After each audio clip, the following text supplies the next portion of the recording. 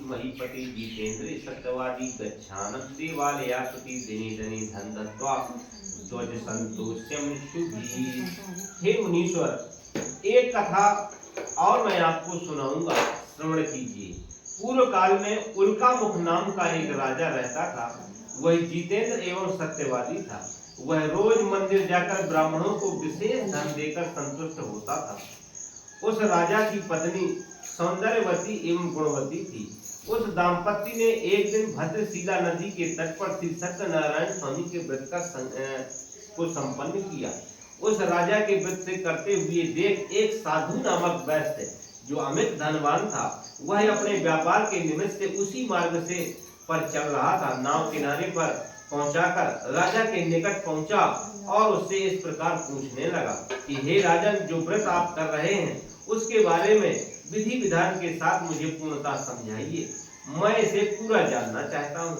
उस सौदागर के पूछने पर राजा ने बताया कि हे मित्र, हमें पुत्र प्राप्ति के लिए अमित तेजस्वी श्री सत्यनारायण स्वामी का व्रत कर रहे हैं। व्यापारी ने कहा कि मेरी भी कोई संतान नहीं है, अतः मैं भी इस व्रत का आचरण कर संतान का सुख पाऊंगा। ऐसे वह व्यापारी बड़े कार्य पूरा कर अपने घर लौटा और अपनी पत्नी लीलावती से व्रत के विषय में बताया। लीलावती के सुनने से मैं जल्दी से ही संतानवान बन जाऊं तो इस व्रत का आचरण करूंगा, ऐसा उसने अपने मन में ही संकल्प ले लिया। एक दिन लीलावती ने धर्म पारायण होकर पति के साथ समागम कर गर्भ को धारण किया। 10वें मास में एक पुत्री को जन्म दिया। उस दंपत्ति ने बालिका को कलावती नाम दिया। वह शुक्ल पक्ष की रेखा के समान दिन ब दिन बढ़ने लगी।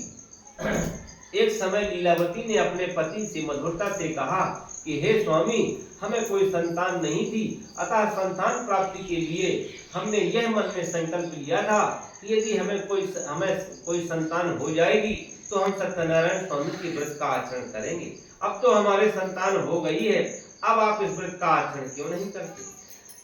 इससे उसने व्यापारी ने अपनी पत्नी को आश्वासन दिया कि हे प्रिय, हमारी कन्या के विवाह के समय हम इस व्रत का आचरण करेंगे, अभी कौन सी ऐसी जल्दी पड़ी है।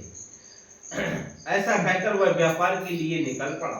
ज्यों-ज्यों कलावती की उम्र बढ़ती रही, त्यों-त्यों उसके पिता को विवाह करने के बारे में वह सोचने लगा। और एक दिन उसने एक दूत को भेजा और कहा कि तुम तुरंत जाओ, मेरी बेटी के लिए योग्य वर ढूंढ करके लाओ।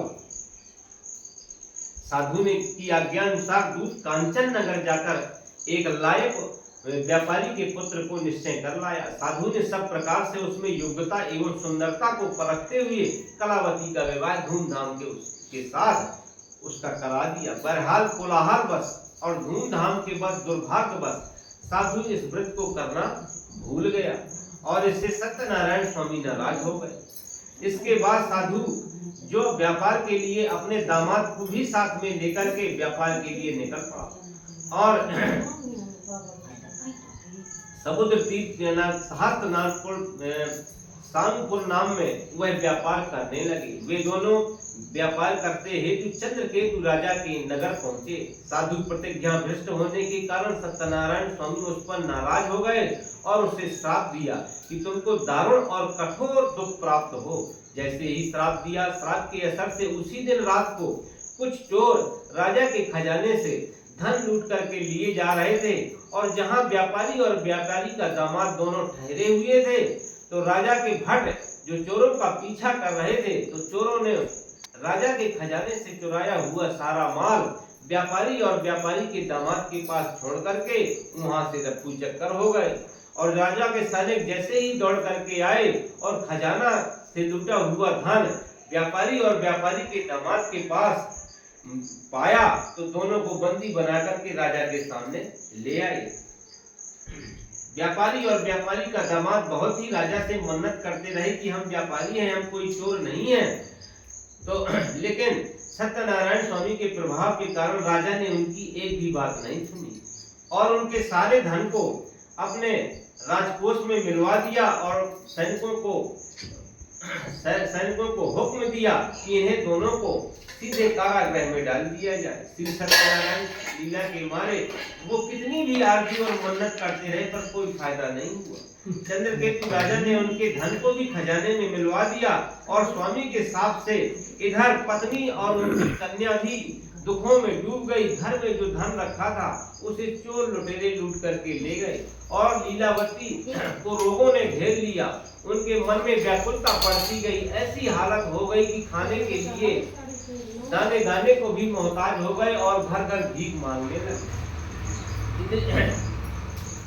इनकी कन्या कलावती भी वैसे अन्न के निमित्त यहाँ वहाँ घूमने लगी। एक दिन वह एक ब्राह्मण के घर अपनी भूख मिटाने के लिए गई और वहाँ संपन्न होने वाले श्री सत्यनारायण स्वामी के व्रत को देखा। तब कलावती ने इसे अंत तक वहीं बैठकर पूरी कथा का श्रवण किया और अंत में प्रसाद लेकर के भगवान से प्रार्थना करके घर लौटी।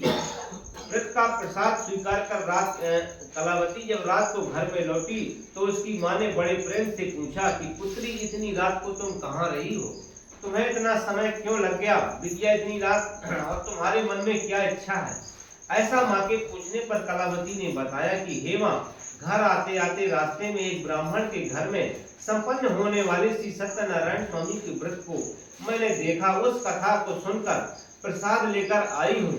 यह बात सुनकर लीलावती को वह पुरानी बात याद आ गई कि तेरे पिता और मैंने तेरे जन्म से पहले ये मन में संकल्प किया था कि यदि हमें कोई संतान हो जाएगी तो हम सत्यनारायण स्वामी के व्रत का आचरण करेंगे, जो कि हमने नहीं किया है। निश्चित रूप से ही सत्यनारायण स्वामी हम पर नाराज हो गए हैं, इसीलिए हमारी ये ऐसी दशा हो गई है। हे प्रभु, साथ में भक्त सत्यनारायण का व्रत, ऐसा उसने मन में संकल्प लिया कि कल ही मैं सत्यनारायण स्वामी के व्रत का आचरण करूंगी और सत्यनारायण स्वामी से प्रार्थना करते हुए कि हे प्रभु, मैं हमारे सब अपराधों को क्षमा कर दीजिए, मेरे पति और मेरी दामाद की रक्षा कीजिए, दोनों को आराम से घर पहुंचाइए। लीलावती के द्वारा किए हुए इस व्रत के प्रभाव से श्री सत्यनारायण स्वामी संतुष्ट हो गए और उसी रात को राजा के स्वप्न में जाकर यह कह दिया कि तुमने जिन दो व्यापारियों को बंदी बना करके रखा है उन्हें प्रातः काल ही छोड़ दो। अतः यदि तुम ऐसा नहीं करोगे तो मैं तुम्हारे सारे धन के साथ तुम्हें नष्ट कर दूंगा। ऐसा स्वप्न में ही सत्यनारायण स्वामी ने उस राजा से कह दिया। सुबह होते ही राजा ने स्वप्न के बारे में सभी राज्यसभा में उपस्थित अपने सभी सदस्यों से यह बयान किया और भट्टों को, सैनिकों को यह आदेश दिया कि उन दोनों व्यापारियों को फौरन कारागृह से छोड़कर हमारे सामने पेश किया जाए। दोनों व्यापारियों ने राजा को नमन किया और पूर्व वृत्तांत स्मरण करते हुए भयभीत हो गए, सिर्फ मौन खड़े रहे। तब राजा ने उन्हें तसल्ली दी कि दैवी प्रतिकूलता के कारण तुमको यह महा दुख प्राप्त हुआ है, तो अब व्याकुल होने का डर नहीं है। इसके बाद उनकी बेड़ियों को निकालकर क्षुर कर्म करवाकर कीमतदार वस्त्र देकर और उन्हें संतुष्ट किया और राजा ने उन्हें आदर पूर्वक स्वाधीन किया और उनके धन को उन्हें दुगना देकर के वापस किया और उनसे कहा कि श्री सत्यनारायण अध्याय बोले सत्यनारायण भगवान की जय।